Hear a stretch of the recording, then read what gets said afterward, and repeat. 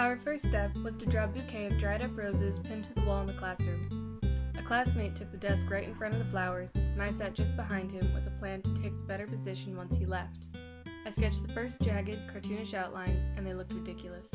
When he left and I moved up, I realized my drawing was inaccurate. It wasn't just the caricature typical of a rough sketch. The whole thing was wrong. It looked nothing like it should. It's a very disappointing way to discover my eyesight was shot to hell.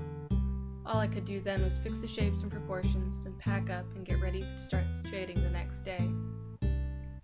As luck would have it, someone disturbed the bouquet overnight. A few rose heads broke off completely.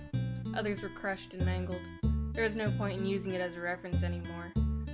So I looked at the roses for a general idea of where the light and shadows were and made everything else up. No one seemed to notice it bore little resemblance to the arrangement on the wall. It didn't look anything like it was supposed to. Part of the assignment required an abstract background made from powdered graphite and water. Since I left some of the rose heads completely white, I wanted to make a solid black burst behind them. It never dried as dark as I wanted it to, and I kept deviating from my idea just to see what would happen. My attempts at making dark splashes all ended up cloudy and gray.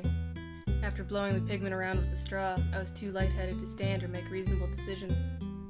Something made me want to try something insane that would probably ruin the entire drawing.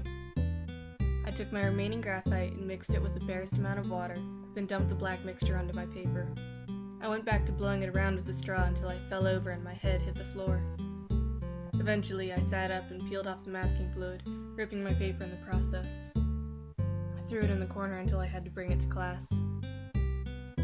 It looked worse hanging up with the rest of my classmates' drawings. Everyone else had used the graphite with more control. 2 people even had the same idea of putting a black burst behind stark white roses, and they did it perfectly. Their dark blasts were less chaotic and had a sense of purpose.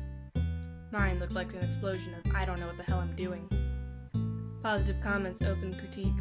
No one mentioned mine. I sat through the praise heaped on everyone else, knowing I wouldn't get a single compliment. Eventually, people started dishing out their criticisms. I resigned myself to the verbal lashing I had coming. Instead, our professor asked why no one said anything about my drawing. Then came the praise for the contrast, the lines, and the overall chaos. I told them about dumping black water on my paper without knowing exactly what the result would be, and it impressed them. They considered it brave to be so free with my application and do something that ran the risk of easily going wrong.